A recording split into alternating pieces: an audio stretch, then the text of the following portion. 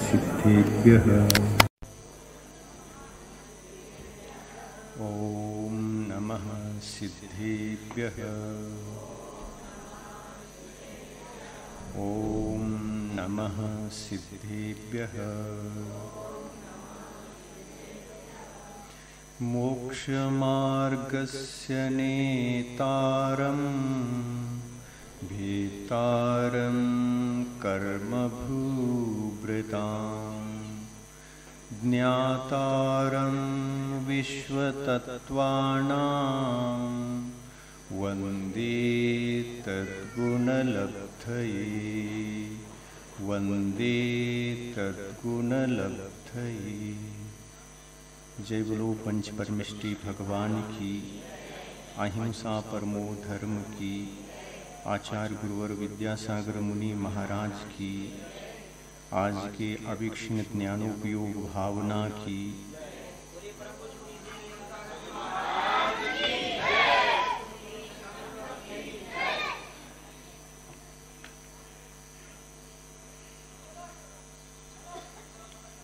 नश्वर काया में रहने वाला चेतन आत्मा नश्वर काया को नश्वर समझने के लिए थोड़ा बहुत तो ज्ञान का अभ्यास उसे करना पड़ता है, क्योंकि वह भीतरी आत्मा चेतन है। चैतन्य आत्मा अपनी चेतना की महिमा को जब तक नहीं समझता तब तक यह परमात्मा नहीं बन सकता।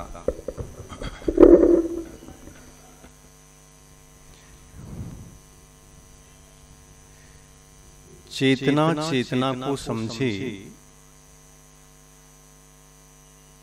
यह परम आवश्यक होता है।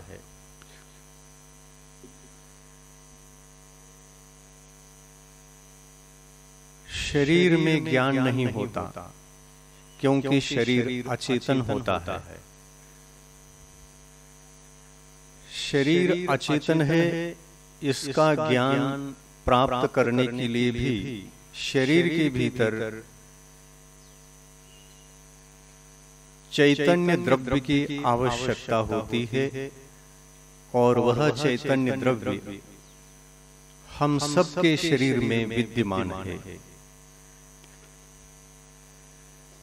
और उस द्रव्य के भीतर चेतनता क्या है, इस संबंध में यदि आप विचार करते हैं तो आज के ज्ञानोपयोग भावना का याद आना स्वाभाविक हो जाएगा। कौन सी भावना है आज? अभीक्ष्ण ज्ञानोपयोग भावना। दो शब्द जुड़े हैं इस भावना के साथ, अभीक्ष्ण और ज्ञानोपयोग। भावना तो है ही, अभीक्ष्ण का क्या अर्थ होता है, सर्वप्रथम इससे हम समझेंगे। अभीक्ष्ण यानी निरंतर, धारावाहिक रूप से, क्रमिक रूप से, अखंडित, खंडित न होते हुए अखंड रूप से अपना उपयोग अपने में रमे, अपने में ठहरे, अपने को जाने, अपने को पहचाने और अपने को पहचान कर अपने ही आराधना करे, यह आवश्यक एक भव्यात्मा को होता है। और इस आवश्यकता की पूर्ति जब भव्यात्मा के माध्यम से हो जाता है तो एक भव्यात्मा को परमात्मा बनने में समय नहीं लग सकता। आवश्यक इस बात की है कि अपन ज्ञानोपयोग भावना को भाते भाते अपनी ज्ञान की महिमा को प्रकट करे अपने जीवन में। कैसा है वह ज्ञान? इस नश्वर काया में विद्यमान वह आत्मा सतत ज्ञानोपयोग से प्रवाहित है। इस प्रवाह को किसी भी प्रकार से रोका नहीं जा सकता। जिस प्रकार आकाश से वर्षा निरंतर होती है, तो जब तक वर्षा निरंतर होती है तो उसको हम निरंतर वर्षा कहते हैं। वर्षा बंद हो जाए तो वर्षा बंद हो जाती है, फिर वर्षा निरंतर नहीं रहती, ये भी हम समझते हैं।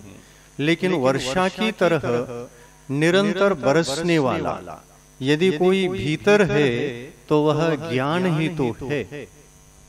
ज्ञान की महिमा को समझना, जानना हम लोगों के लिए बहुत आवश्यक है। वह ज्ञान कहाँ होता है इसको भी पता लगाना चाहिए। आत्मा कहाँ है यह भी पता लगाना चाहिए। कहाँ है आत्मा? आजू बाजू में है? नहीं। कहाँ है वह आत्मा? शरीर में है, इसी काया में है। और वह काया में रहते रहते कितने वर्ष व्यतीत किया है। जब हमने जन्म लिया तो जन्म लेते समय इस काया को पाने के लिए अकेले आए थे। पीछे का परिवार, पीछे का कोई संबंध अपने साथ आता नहीं है, और हम अकेले आए थे और अकेले आकर के इस काया को प्राप्त किया था। पुरानी काया को त्याग करके नवीन काया में प्रवेश किया था, और प्रवेश करने के बाद भी हम अकेले ही आज तक हैं। इस काया के भीतर कोई आ नहीं सकता। एक जीव काया के आश्रय से रह सकता है, लेकिन काया के आश्रय से जो पहली बार आया है वह भीतर रहता है। उसके पास तक कोई भी जा नहीं सकता, क्योंकि वह हमेशा हमेशा अकेला जीवन जीना जीता है। जीवन जीता है, अकेला जीता है। पर अकेला जीता जीता कभी दूसरे को साथी नहीं बनाता, अपने में लेता नहीं, बाहर से ही संबंधों को प्राप्त करता है। आज अभिक्षण ज्ञानोपयोग की भावना से आप लोगों ने तीर्थंकर प्रकृति के बंद की भावना भाई है, पर यह भावना अत्यंत महत्वपूर्ण है। सभी भावनाओं में अभिक्षण ज्ञानोपयोग की भावना महत्वपूर्ण भावना है। अभिक्षण अर्थात निरंतर। आत्मा के भीतर जो ज्ञान का प्रवाह है वो कभी रुकता नहीं है। कभी एक सेकंड के लिए भी यह रुका नहीं है, रुक नहीं सकता। ये निरंतर रूप से प्रवाहित रहता है, निरंतर कुछ न कुछ जानता रहता है, पहचानता रहता है, विचार करता रहता है। इन विचारों में खोया हुआ उपयोग होता है। इस उपयोग को जिनेंद्र भगवान ने 3 प्रकार का बताया है। ज्ञानोपयोग 3 प्रकार का है। ये 3 प्रकार का उपयोग शास्त्रों में पढ़ने को मिलता है। इसका नाम ज्ञानोपयोग है और त्रिविध है। पहला इसका नाम है अशुभोपयोग, दूसरा नाम है शुभोपयोग और तीसरा नाम है शुद्धोपयोग। 3 प्रकार का यह उपयोग है। इस समय में अपने पास कौन सा उपयोग है यह जान लेना हमारे लिए बहुत आवश्यक है। हम अशुभोपयोग में जी रहे हैं या शुभोपयोग में जी रहे हैं या शुद्धोपयोग में जी रहे हैं, किस उपयोग के साथ हमारा जीवन व्यतीत हो रहा है, यह जानना पहचानना बहुत आवश्यक है।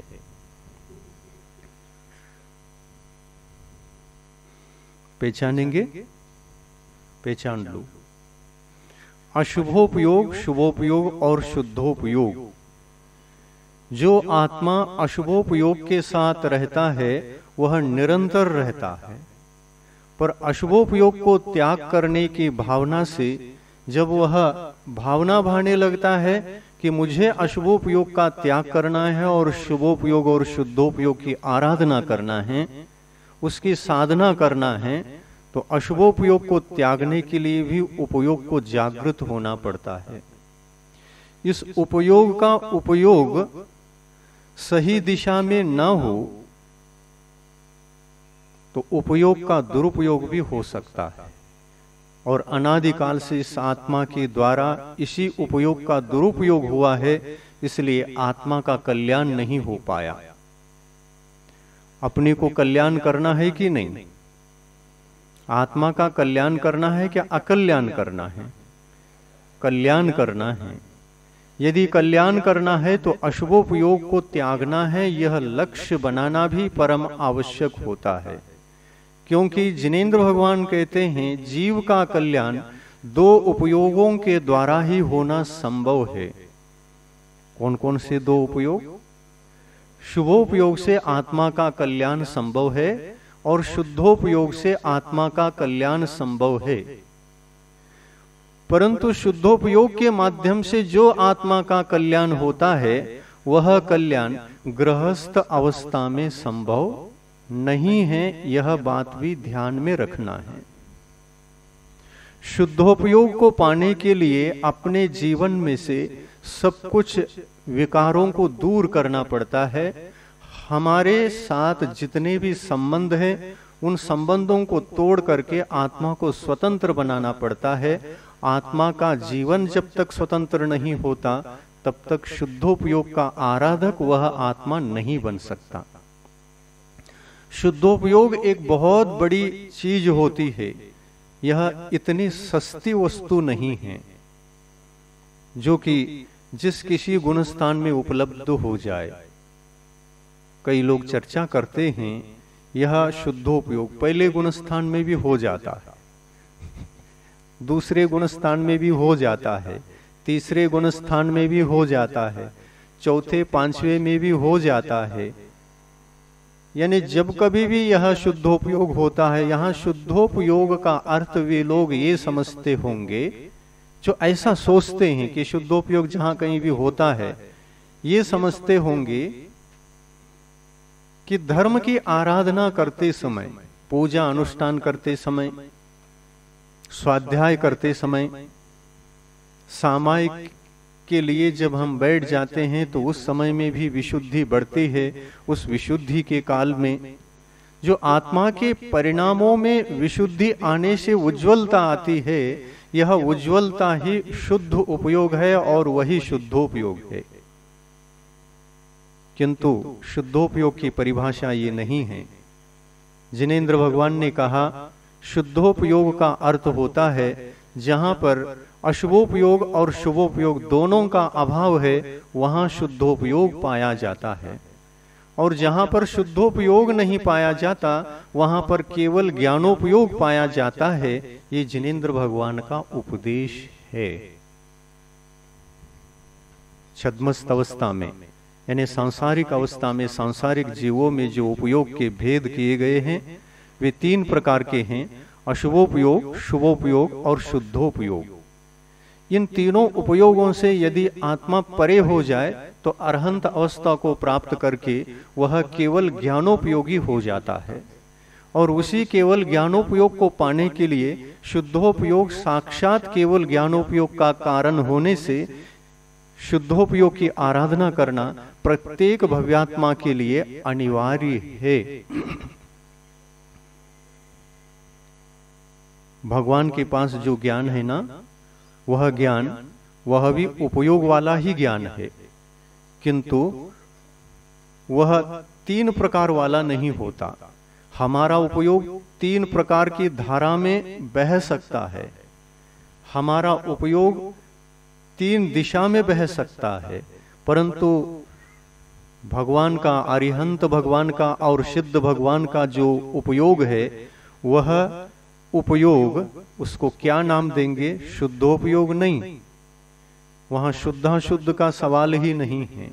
शुद्धाशुद्ध से जो परे हो चुके हैं, जिनका उपयोग तीनों उपयोगों से उठ चुका है, वह केवल नाम पाता है, केवल ज्ञान, यानी केवल ज्ञान ही ज्ञान है, और वह उपयोग ज्ञान में रमा हुआ उपयोग होता है। उसमें न अशुद्ध की उत्पत्ति होती है, न शुद्ध की उत्पत्ति होती है। ज्ञान अपने स्वभाव में आया हुआ होता है और अपने स्वभाव की अनुभूति निरंतर रूप से करता है।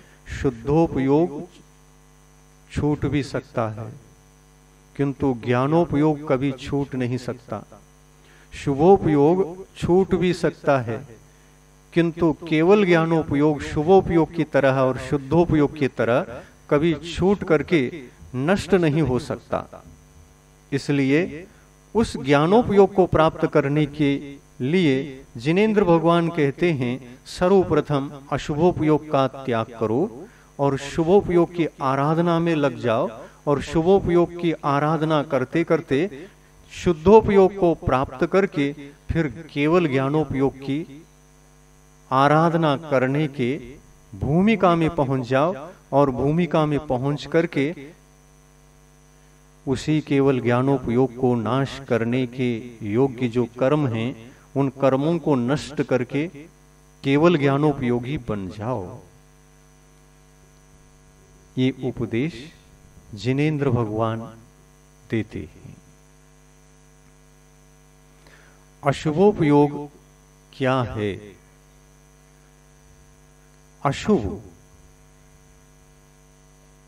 यानी जो उपयोग मिथ्यात्व में लगा हुआ है। मिथ्यात्व अशुभ है। मिथ्यात्व में लगा हुआ उपयोग अशुभ कर्मों का बंद करता है। अपने को कौन से कर्मों का बंद करना चाहिए? शुभ कर्मों का या अशुभ कर्मों का? हाँ, अशुभोपयोग के काल में दोनों प्रकार के कर्मों का बंद अवश्य हो सकता है, किंतु कुछ कर्म जो अशुभ हैं, उन अशुभ कर्मों का उपशमन करने के लिए, यानी दबाने के लिए, उन पर विजय प्राप्त करने के लिए यदि आप प्रयास करेंगे तो ही शुभोपयोग की उपलब्धि हो सकती है। शुभोपयोगी बनना है तो अशुभोपयोग को दबाना पड़ेगा, चेंज करना पड़ेगा, उस धारा को मोड़ना पड़ेगा। अशुभोपयोग से परे होने पर ही शुभोपयोग अपने पास आ सकता है। एक समय में दो उपयोग एक साथ रह नहीं सकते। जिस समय आत्मा अशुभ रहेगा, अशुभ उपयोग वाला रहेगा, उस समय शुभ उपयोग वाला रह नहीं सकता। जिस समय शुद्ध उपयोग वाला रहेगा, उस समय शुभ उपयोग वाला और अशुभ उपयोग वाला नहीं रह सकता। यही कारण है कि शुभोपयोग के काल में शुद्धोपयोग नहीं होता और अशुभोपयोग के काल में शुभोपयोग और शुद्धोपयोग नहीं रहता। अशुभोपयोग के काल में आत्मा अशुभोपयोगी रहता है और निरंतर वह पहले गुणस्थान से, कल कहा था ना, पहले गुणस्थान से तीसरे गुणस्थान तक अशुभोपयोग होता है। तो पहले गुणस्थान से तीसरे गुणस्थान तक निरंतर अशुभोपयोग की ही अनुभूति करता है। जब तक ये गुणस्थान परिवर्तित नहीं होते, तब तक उपयोग में भी परिवर्तन होना संभव नहीं है। तीसरे गुणस्थान से ऊपर उठा हुआ जीव यदि चौथे में प्रवेश करता है तो सम्यक्त्व के साथ प्रवेश करता है, और सम्यक्त्व के साथ प्रवेश करने वाला जीवात्मा सर्वप्रथम अशुभोपयोग को त्याग करते समय उसके साथ साथ मिथ्यात्व का भी त्याग करता है। मिथ्यात्व का संबंध अशुभोपयोग से है और सम्यक्त्व का संबंध शुभोपयोग से है। शुभोपयोग सम्यक्त्व को जन्म देता है और अशुभोपयोग जीव को मिथ्यात्व का जन्म देता है, या यूं कहे मिथ्यात्व को भी जन्म दे सकता है और मिथ्यात्व की ओर ले जाने वाली कषाय को भी जन्म दे सकता है। कषाय 4 प्रकार की होती है, मालूम है ना? अनंतानुबंधी, अप्रत्याख्यानावरण, प्रत्याख्यानावरण और संज्वलन, 4 प्रकार की कषाय हैं। आप बताइए 4 प्रकार की इन कषायों में से सम्यक्त्व का घातक कषाय कौन सी है? अनंतानुबंधी। अनंतानुबंधी कषाय का नाम अनंतानुबंधी इसलिए है, वैसे तो मिथ्यात्व का नाम अनंत है, क्योंकि मिथ्या दृष्टि जीव जब तक मिथ्यात्व अवस्था में रहता है तब तक अनंत काल तक वह संसार में ही परिभ्रमण करता है, इसलिए मिथ्यात्व का नाम अनंत है। अनंतम अनंत रूपम मिथ्यात्वम बदनाथी, यानी उसको बांधने वाला। कौन सी कषाय? अनंतानुबंधी कषाय। अनंतानुबंधी कषाय जीव को मिथ्यात्व की ओर ले जाकर मिथ्यात्वी बना देता है। तो यह कषाय मिथ्यात्वी बनाता है क्या और कौन है, इस बात को भी समझना आवश्यक है।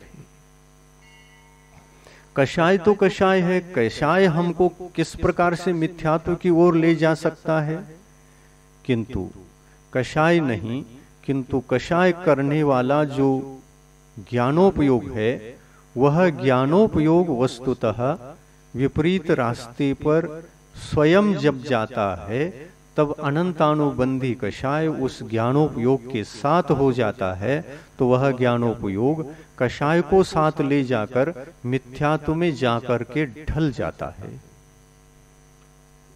समझ में आ रही है ना बात? बड़ी बात है। ज्ञान बहुत विचित्र है, इसलिए ये कहना चाहिए ज्ञान के संबंध में, ज्ञान ही दुख का मूल है। आचार्य श्री ने 2 पद्य लिखा है। समय सार ग्रंथ का अनुवाद करते समय उसके उपसंहार में किसी अधिकार में ये 2 दोहे आते हैं। उपसंहार के दोहे हैं ये। ज्ञान किस प्रकार से जीव को हिताहित करता है, इस बात को समझने पर जीवात्मा का कल्याण होने में देर नहीं लग सकती। सिर्फ एक बात को समझने की चेष्टा हमें करनी चाहिए। किसको समझना है? अपने ज्ञान को ही समझना है। ज्ञान ही सब कुछ गड़बड़ करता है, ज्ञानोपयोग ही गड़बड़ का मामला है। उस दोहे में आचार्य श्री कहते हैं कि ज्ञान दुख का मूल है, ज्ञान ही भव का कूल। क्या बताते हैं? ज्ञान दुख का मूल है, ज्ञान ही भव का यानी संसार का, भव का कूल, कूल यानी तट, संसार का तट तक पहुंचने वाला भी, समाप्त करने वाला भी, संसार को समाप्त करके अपने आप का हित करने वाला भी ज्ञान ही है। ज्ञान दुख का मूल है, ज्ञान ही भव का कूल, राग सहित प्रतिकूल है, राग रहित अनुकूल। क्या बताया? बहुत बड़ी चीज बता दी। ज्ञान दुख का मूल है और ज्ञान ही सुख का कूल। सुख भी ज्ञान से मिलता है और दुख भी ज्ञान से मिलता है। संसार में रमने वाला ज्ञानोपयोग दुख का कारण बनता है और संसार से परे होने की चेष्टा करने वाला ज्ञानोपयोग वह सुख का कारण बनता है। कौन सा ज्ञान हमको सुखी करता है? तो कहते हैं अशुभोपयोग से हट करके शुभोपयोग की आराधना करने वाला ज्ञान हमको सुख के रास्ते पर पहले ले जाता है। फिर सुखी कैसे बनाता है? जब वह शुद्धोपयोग में ले जाकर के अपने आप को ठहरा देगा, तो वही ज्ञान शुद्धोपयोग के माध्यम से अपने आप की सुख की अनुभूति करने में सहयोग करेगा। ज्ञान ही सहयोग करता है सब जगह। आप विपरीत रास्ता से चल करके यदि दुखी बनना चाहते हैं तो उसमें भी ज्ञान कारण है, और सही रास्ते से चल करके सुखी बनना चाहते हैं तो उसमें भी ज्ञान ही कारण है। ज्ञान दुख का मूल है, ज्ञान ही भव का कूल, राग सहित प्रतिकूल है। हमारे लिए प्रतिकूल ज्ञान कौन सा है? राग सहित वाला, यानी कषाय रहित वाला। राग यानी मराठी में होता है क्रोध। मराठी में क्रोध है ना, राग का अर्थ। हाँ, राग आलं। राग यानी क्रोध होता है। राग करो नका यानी क्रोध मत करो। किंतु यहाँ ये जो राग शब्द है, हिंदी भाषा में, संस्कृत भाषा में और प्राकृत भाषा में भी राग का अर्थ होता है लोभ या माया। राग में दो कषायें समाहित होती हैं। एक कषाय लोभ कषाय है और एक माया कषाय है। इन दोनों कषायों को समाहित हम लोभ में कर सकते हैं, इसमें राग में कर सकते हैं। राग दुख का मूल है। कर्मों का जो बंध होता है वह राग के बिना नहीं होता। संसारी जीव पाप पुण्य इत्यादि कर्मों का जो बंध करता है वो राग से ही करता है। पुण्य का बंध भी राग से होता है और पाप का बंध भी राग से होता है। जब हम शुभ परिणामों से रहते हैं तो हमारा ज्ञानोपयोग शुभ परिणामों के द्वारा पुण्याश्रव करके पुण्य बंध करता है, और पापाश्रव कब करता है? जब अशुभ राग, अशुभ कषाय, अप्रशस्त कषाय के द्वारा जब ज्ञानोपयोग प्रवृत्त हो जाता है तो उस वक्त वह अशुभ कर्मों का आश्रव करके अशुभ कर्मों का बंध करता है। बंध और आश्रव से बचने के लिए, अशुभ कर्मों के बंध से बचना चाहते हैं तो अपने उपयोग को कंट्रोल करना पड़ेगा। इस उपयोग का सदुपयोग करने की कला सीखनी पड़ेगी। इस उपयोग का दुरुपयोग न करें, इसके लिए सावधानी रखनी पड़ेगी। यदि हम पूर्णतः सावधान हो जाएं तो फिर हमारा ज्ञानोपयोग सुधर जाएगा, और जिस दिन ज्ञानोपयोग सुधर जाएगा उस दिन से हमारा जीवन रूपांतरित होगा, सन्मार्ग के रूप में रूपांतरित होकर के कल्याण के रास्ते पर आएगा। समय खिसक गया है, 10:30 बज गया।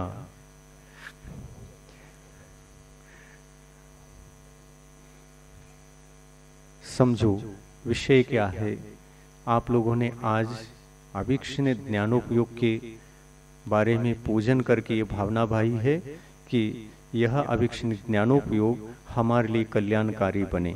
परंतु ज्ञानोपयोग अभिक्षण बनाने के लिए निरंतर स्वाध्याय करना पड़ेगा।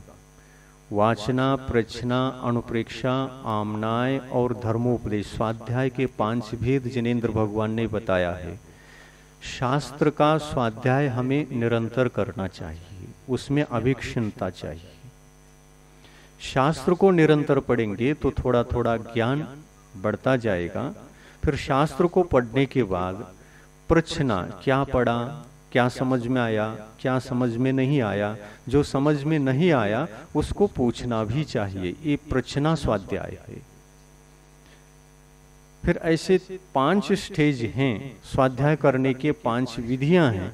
इन विधियों को अपना करके यदि आप स्वाध्याय करेंगे तो निरंतर अभिक्षण ज्ञानोपयोगी आप बन सकते हैं। तीर्थंकर प्रकृति के बंध में इसको भी कारण के रूप में स्वीकार किया है। यह भावना भी तीर्थंकर प्रकृति के बंध में कारणीभूत है। इस भावना की विशेषता अलग ही है, क्योंकि आत्मा के भीतर जितनी भी विशेषताएं हैं, बहुत अनंत विशेषताएं हैं, अनंत गुणधर्म है आत्मा के भीतर, लेकिन एक गुणधर्म ऐसा है जिसको हम ज्ञान कहते हैं। ज्ञान जानता है और देखता है। दर्शन गुण के माध्यम से आत्मा देखता है, ज्ञान गुण के माध्यम से आत्मा जानता है। दर्शन गुण और ज्ञान गुण में से ज्ञान गुण की महत्ता बहुत अधिक है, क्योंकि दर्शन गुण इतना हानिकारक हमारे लिए नहीं है। देखना राग द्वेष के बिना होता है, लेकिन देखने के पश्चात राग द्वेष करने वाला, हर्ष विषाद करने वाला, कर्मों को बंद करने वाला, उनके फल को भोगने वाला, भोगने के लिए चतुर्गति में भ्रमण करने वाला यदि कोई होता है, उसमें कारण कोई होता है, तो वह ज्ञान ही होता है। इस ज्ञान को संभालेंगे, राग द्वेष से परे होंगे, तो निश्चित रूप से यह ज्ञानोपयोग का सदुपयोग होकर हमारे लिए शुद्धोपयोग की प्राप्ति हो करके केवल ज्ञानोपयोगी हम बन सकते हैं। केवल ज्ञानोपयोगी बने बिना हम अरहंत पद को पा नहीं सकते। मोक्ष मार्ग में 3 प्रकार के उपयोग में से एक उपयोग को हेय बताया है और 2 प्रकार के उपयोग को उपादेय बताया है। शुभोपयोग भी उपादेय है। जब तक हम शुद्धोपयोग तक नहीं पहुंचते, उसकी आराधना नहीं करते, शुद्धोपयोग की आराधना करने वाले जीव को नियम से केवल ज्ञान की प्राप्ति होती है। गृहस्थ अवस्था में शुद्धोपयोग नहीं होता है, क्योंकि शुद्धोपयोग हो जाए तो गृहस्थ अवस्था में केवल ज्ञान की उत्पत्ति को भी मानने में कोई आपत्ति नहीं आती। कहाँ आती है? नहीं आती है ना। शुद्धोपयोग को गृहस्थ अवस्था में मानेंगे तो केवल ज्ञान उसका कार्य है, शुद्धोपयोग कारण है और केवल ज्ञानोपयोग कार्य है। तो गृहस्थ अवस्था में केवल ज्ञान को यदि मानेंगे तो मानो बहुत अच्छी बात है, गृहस्थ को केवल ज्ञान हो जाए तो इतनी सस्ती बात क्या हो जाएगी। फिर गृहस्थ अरहंत परमात्मा बन सकता है, वस्त्रधारी अरहंत परमात्मा बन सकता है। ऐसा त्रिकाल में भी नहीं हो सकता। अब समझ में आ रहा है, ऐसा त्रिकाल में भी नहीं हो सकता, क्योंकि वस्त्र आवरण जहां होता है वहां पर निश्चित रूप से पाप होता है। वस्त्र पाप का त्याग के बिना, क्योंकि ये पाप परिग्रह है ना, वस्त्र भी परिग्रह है, परिग्रह पाप है। ये पाप जब तक त्याग नहीं होता तब तक दिगंबर अवस्था प्रकट नहीं होती, और जब तक दिगंबर अवस्था प्रकट नहीं होती तब तक शुद्धोपयोग आपके पास नहीं आ सकता। शुद्धोपयोग कहता है मैं जहां पाप है वहां स्पर्श नहीं करता, मैं सोले में हूं, मैं उसको स्पर्श नहीं करता जिसके पास पाप है। शुभोपयोग स्पर्श कर सकता है, अशुभोपयोग वस्त्रधारी को स्पर्श कर सकता है, लेकिन शुद्धोपयोग कहता है मैं सोले में रहता हूं, मैं उनका स्पर्श नहीं करता जहां जीवात्मा वस्त्रधारी है, वस्त्र परिग्रह को धारण करता है, उसके पास नहीं आ सकता। इसलिए शुद्धोपयोग कहता है मैं सदा मुनियों के पास रहता हूं और मुनि मेरे साथ रहते हैं। मुनि महाराज मेरी आराधना करते करते, मेरे साथ मित्रता स्थापित करके वे केवल ज्ञान के प्रसाद को पाते हैं। इसलिए मैं मुनियों पर ही अनुकंपा कर सकता हूं और मुनि भी शुद्धोपयोग के अनुकंपा स्वयं पर करके केवल ज्ञानोपयोग प्राप्त करके अरहंत परमात्मा बनते हैं। शुभोपयोगी 4थे गुण स्थान से 7म गुण स्थान तक के मुनि भी होते हैं, लेकिन शुद्धोपयोगी मुनि वस्तुतः केवल ज्ञान प्राप्ति के योग्य मुनि कहलाते हैं। शेष कथन हाँ, ज्ञानोपयोग को अशुभोपयोग की संगति छोड़ना चाहिए। अशुभोपयोग की संगति छूट गई तो मिथ्यात्व की संगति ऑटोमेटिक छूट जाती है, और उस कषाय की संगति भी छूट जाती है जो कषाय अनंतानुबंधी कहलाती है।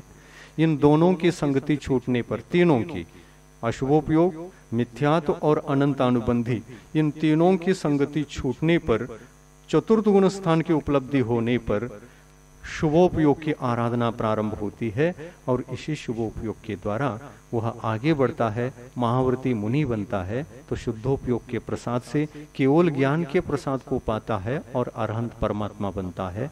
अरहंत परमात्मा बन करके आघाती कर्मों को भी नष्ट कर फिर बाद में शुद्ध परमात्मा बनता है। शुद्ध परमात्मा और अरहंत परमात्मा केवल ज्ञानोपयोगी होते हैं और गृहस्थ जो सम्यक दृष्टि नहीं होते वे अशुभोपयोगी होते हैं। जो सम्यक दृष्टि होते हैं वो शुभोपयोगी होते हैं। मुनि जो शुद्धोपयोगी नहीं होते हैं वो शुभोपयोगी ही रहते हैं। शुभोपयोग को छोड़ करके मुनि को अन्य कोई उपयोग नहीं हो सकता, परंतु गृहस्थ में दोनों उपयोग हो सकते हैं, अशुभोपयोग और शुभोपयोग। हाँ, जिसको हम मुनि कहते हैं उनके पास तो दो ही उपयोग हो सकते हैं। ये बात अलग है कि गुणस्थान का पतन होने के बाद द्रव्य व्रतों के साथ अशुभोपयोग में भी आ सकते हैं, इसमें कोई शंका नहीं है। परंतु जो मुनि कहते हैं, जिसको द्रव्य व्रत और भावव्रत का पालन जिनके पास होता है, वो दो उपयोग के ही स्वामित्व को धारण करने वाले होते। दो उपयोग, शुभोपयोग और शुद्धोपयोग। ऐसे मुनि महाराज और ऐसे गृहस्थ जो अशुभोपयोग से बचते हैं, वे अर्धपुद्गल परावर्तन काल के भीतर नियम से निर्वाण को प्राप्त होते हैं, इसमें कोई संदेह नहीं। शुभोपयोग के साथ सम्यक्त्व का अविनाभाव है और शुद्धोपयोग के साथ वीतराग सम्यक्त्व का अविनाभाव है। जहां जहां शुद्धोपयोग रहता है वहां वहां वीतराग सम्यक्त्व रहता है और शुभोपयोग के साथ सराग सम्यक्त्व का अविनाभाव होता है और अशुभोपयोग के साथ मिथ्यात्व का अविनाभाव होता है। ये समझ करके हमें अवीक्षण ज्ञानोपयोगी बनकर तीर्थंकर प्रकृति में बंध के कारणीभूत इस अवीक्षण ज्ञानोपयोग की आराधना, पूजा, अनुष्ठान अवश्य करना चाहिए। इसी संस्कार के माध्यम से हम कभी न कभी भावी भवों में विदेह क्षेत्र आदि में जन्म लेकर तीर्थंकर प्रकृति को साक्षात बंद करके तीर्थंकर बनकर मोक्ष जा सकते हैं। ऐसा जाने का अवसर सबको मिले, इसी भावना के साथ अहिंसा परमो धर्म की जय।